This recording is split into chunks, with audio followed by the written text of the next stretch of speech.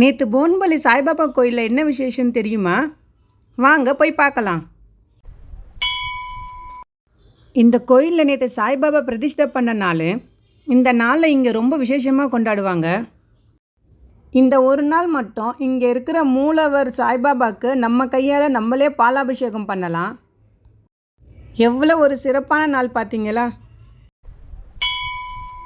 பாபாவுக்கு பாலாபிஷேகம் காலைல 8 மணிலேருந்து தொடங்கிட்டாங்க. பக்தர்கள் தங்கள் கையாலேயே பாபாவுக்கு அபிஷேகம் பண்ணுறதுக்காக லைனில் காத்துட்ருக்காங்க. இந்த வீடியோ உங்களுக்கு பிடிச்சிருந்தா லைக் பண்ணுங்கள், மறக்காமல் சப்ஸ்கிரைப் பண்ணுங்கள்.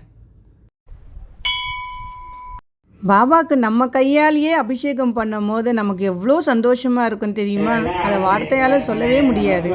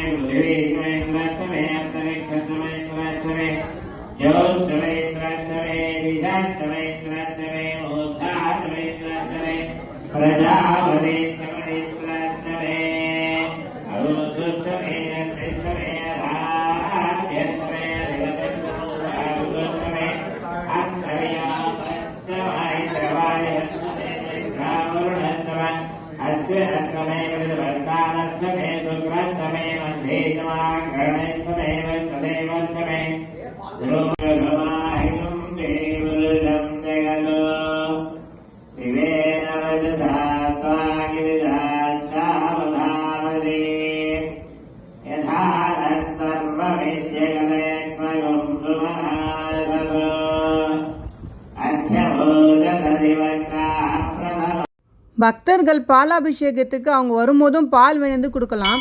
எல்லாரும் கொடுக்குற பாலையும் மொத்தமாக மிக்ஸ் பண்ணி தான் இங்கே பாலாபிஷேகம் நடக்கும். அபிஷேகம் நல்லபடியாக பண்ணி முடித்ததும் கோயிலை சுற்றி வரலாம் வாங்க.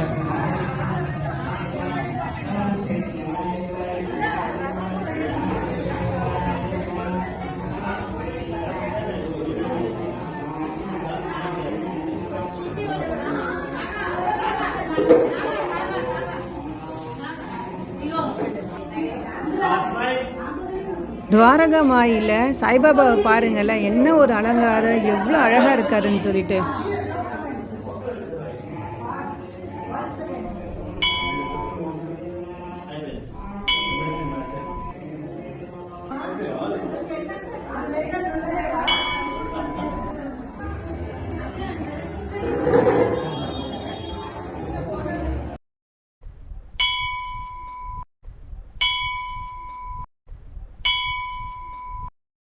பூஜை முடிஞ்சும் அங்கேருந்து வரத்துக்கு மனசே இல்லை. அப்படியே பாபா மூஞ்சை பார்த்துக்கிட்டு அங்கேயே உக்காந்துடலாமான்னு இருந்துச்சு.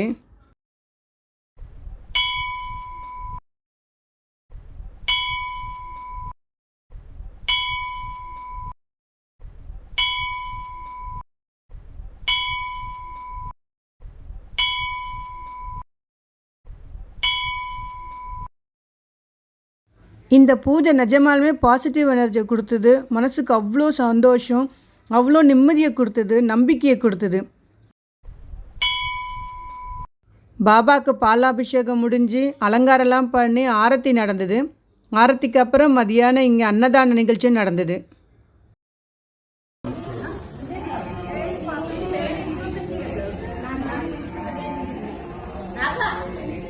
இந்த கோயிலில் பார்த்திங்கன்னா எல்லா வியாழக்கிழமையும் அன்னதானம் நடக்கும். மதியானம் 12 மணிக்கு பக்தர்கள் எல்லாருமே ஆரத்தி முடிஞ்சதும் அன்னதானத்தில் சாப்பிட்டு தான் வருவோம்.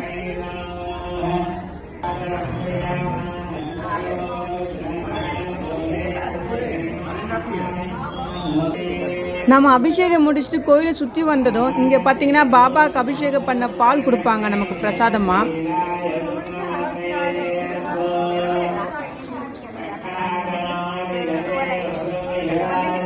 இந்த வீடியோ நிஜமாலுமே உங்களுக்கு பிடிச்சிருந்தா லைக் பண்ணுங்கள், மறக்காமல் சப்ஸ்கிரைப் பண்ணுங்கள். தேங்க்யூ.